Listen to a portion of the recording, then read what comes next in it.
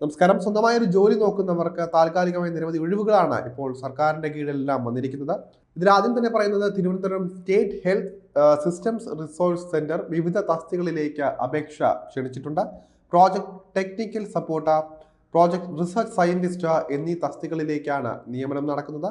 Project technical support തസ്തികയിൽ 7 ഒഴിവുകളാണ് report ചെയ്തിരിക്കുന്നത്.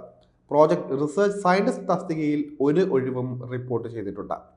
പ്രസ്തുത തസ്തികകളിലേക്ക് അപേക്ഷ അയക്കാനുള്ള അവസാന തീയതി എന്ന് പറയുന്നത് ഏപ്രിൽ 10 നിയമനം താൽക്കാലികമായിരിക്കുമെന്ന് ഓർമ്മിപ്പിക്കുകയാണ്.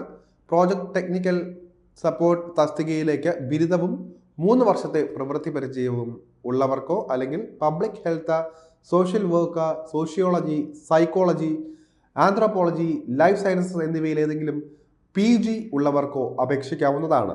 ഉദ്യോഗാർത്ഥികൾക്ക് ഇംഗ്ലീഷിലും പ്രാദേശിക ഭാഷയായ മലയാളത്തിലും പ്രാവീണ്യം ഉണ്ടായിരിക്കണം. ട്രാൻസ് ഇന്റർസെക്സ് വ്യക്തിത്വങ്ങളോ അല്ലെങ്കിൽ ഇത്തരം വ്യക്തികളോട് അടുത്ത് പ്രവർത്തിച്ച് പരിചയമുള്ളവരോ ആകുന്നത് അഭികാമ്യമാണ്.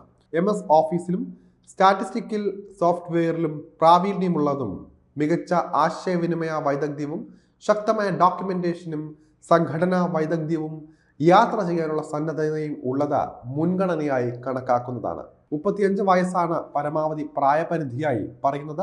1 വർഷത്തേക്കായിരിക്കും നിയമനം നടക്കുന്നത്. പ്രകടനത്തിന്റെയും കമ്പനി ആവശ്യകതയുടെയും അടിസ്ഥാനത്തിൽ ഇത് 3 വർഷം വരെ നീട്ടിയേക്കാം. തിരഞ്ഞെടുക്കപ്പെടുന്നവർക്ക് 33,600 രൂപയാണ് പ്രതിമാസ ശമ്പളമായി ലഭിക്കുന്നത്.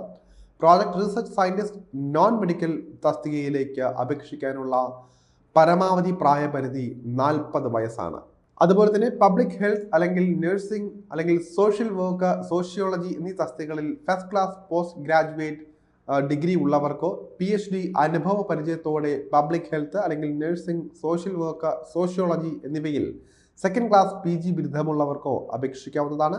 ഉദ്യോഗാർത്ഥികൾക്ക് ഇംഗ്ലീഷിലും പ്രാദേശിക ഭാഷയായ മലയാളത്തിലും പ്രാവീണ്യം ഉണ്ടായിരിക്കേണ്ടതാണ്. ഇതിലും ആരോഗ്യ സംവിധാനങ്ങളെക്കുറിച്ചുള്ള അറിവ്, ട്രാൻസ്ജെൻഡറുകളുമായി ചേർന്ന് പ്രവർത്തിച്ച പരിചയം, MS ഓഫീസിലും സ്റ്റാറ്റിസ്റ്റിക്കൽ സോഫ്റ്റ്വെയറിലും പ്രാവീണ്യമുള്ളതും മികച്ച ആശയവിനിമയ വൈദഗ്ധ്യവും ശക്തമായ ഡോക്യുമെന്റേഷനും സംഘടനാ വൈദഗ്ധ്യവും യാത്ര ചെയ്യാനുള്ള സന്നദ്ധയും എന്നിവ ഉള്ളത് മുൻഗണനയായി ഇതിലും കണക്കാക്കുന്നതാണ്.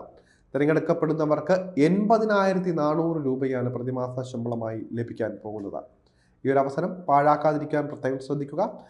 ഈ പറഞ്ഞ യോഗ്യതകളും അതുപോലെ തന്നെ മുൻപരിചയവും ഉണ്ടെങ്കിൽ നിങ്ങൾക്ക് ഈ ജോലിക്ക് അപേക്ഷിക്കാവുന്നതാണ്. ഇതിലും ഇക്കാര്യവുമായി ബന്ധപ്പെട്ട് കൂടുതൽ വിശദാംശങ്ങൾക്ക് സർക്കാരിൻ്റെ ഔദ്യോഗിക വെബ്സൈറ്റും നിങ്ങൾക്ക് സന്ദർശിക്കാവുന്നതാണ്.